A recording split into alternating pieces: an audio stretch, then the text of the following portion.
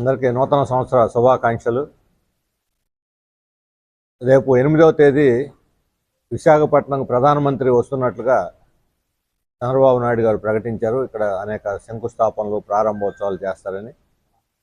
ప్రధానమంత్రి 8వ తేదీ విశాఖపట్నం వస్తున్న సందర్భంగా ఉక్కు ఫ్యాక్టరీ మీద స్పష్టమైనటువంటి ప్రకటన చేయాలి అని మేము డిమాండ్ చేస్తున్నాం.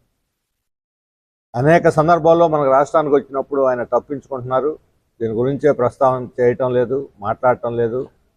మౌనంగా గుట్టు చప్పుడు కాకుండా కాగల పని గంధర్వులు చేస్తారన్నట్టుగా ప్రైవేటీకరణకి అవసరమైనటువంటి అన్ని పనులు తాపు కింద నీరులాగా చేసుకుంటూ వెళ్ళిపోతున్నారు.